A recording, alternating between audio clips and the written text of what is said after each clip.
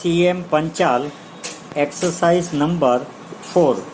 Dear Sir, I have referred in my remarks in previous years to the importance of obtaining coal at a reasonable price, and it is scarcely necessary for me to point out that the success of the iron and steel industry is largely independent upon cheap fuel, especially coke, and low cost of transport.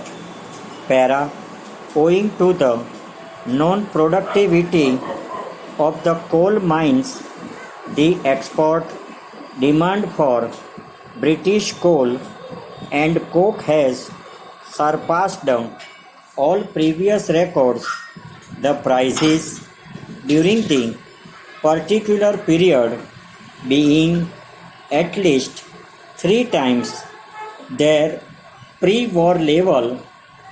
A slight increase in the price of steel followed the closing of the works, but this was not at all proportionate to the increase in fuel prices. The effects of even this small increase in steel prices being to restrict the slightly improved demand which had already asserted itself earlier in the year, coupled with the large demand for export coal, came also extra demand for coke at such high prices that the home consumer could not afford to pay.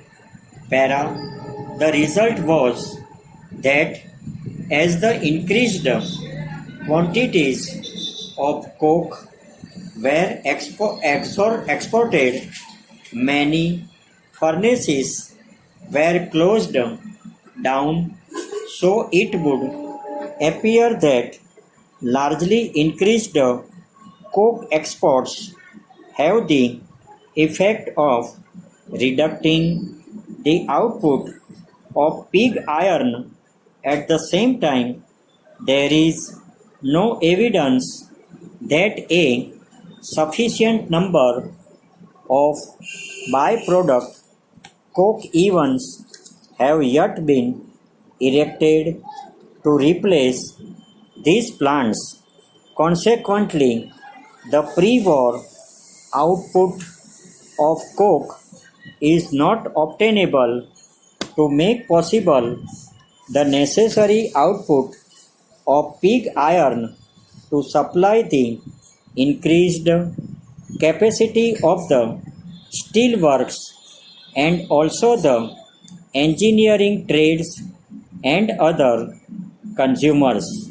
Para, I do not in any way criticize the export of this coke until coal prices have reached their economics level.